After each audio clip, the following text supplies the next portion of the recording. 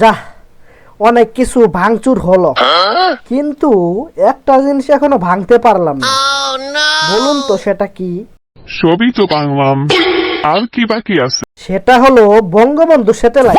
ওই মিয়া কও কি সেটা ভাঙবো কেমনি? কেন, প্লেন দিয়ে যাইয়া ভাঙমু? এত সহজ? প্লেন কি এত উপরে ওঠে?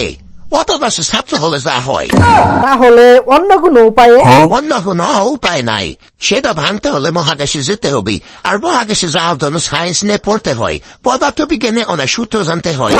এটা তুমি পৃথিবী পাও নাই যে দৌড় দিয়ে যাইয়া ভাঙবা, এটা পৃথিবীর উপরে, বুঝে নাই?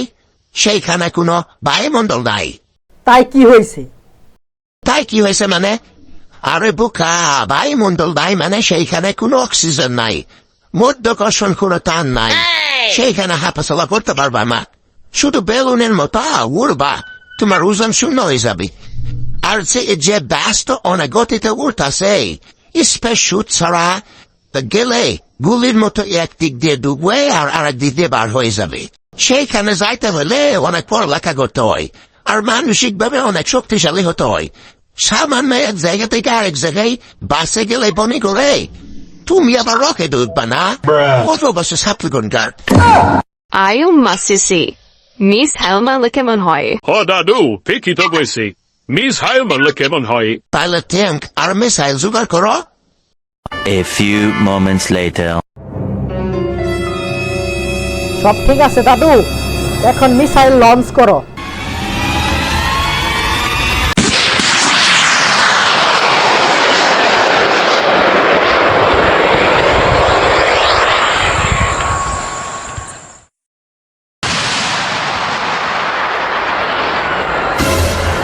হাই হাই, মিসাইল দেখি নিচে পড়া যাইতেছে। হ্যাঁ, কই কি সত্যি দেখে নিচে পড়তেছে? ও, আমার তো মনেই নাই মিসাইল তো এত উপরে উঠবে না, মধ্যাকর্ষণ টানের কারণ নিচে পড়তেছে। তাইলে আর করার কি? দাদু, দৌড় দাও।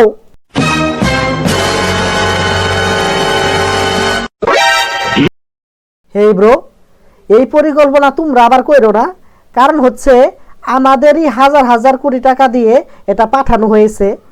না ভাইঙ্গা, জাস্ট নামটা বদলাই দাও। That's enough for our.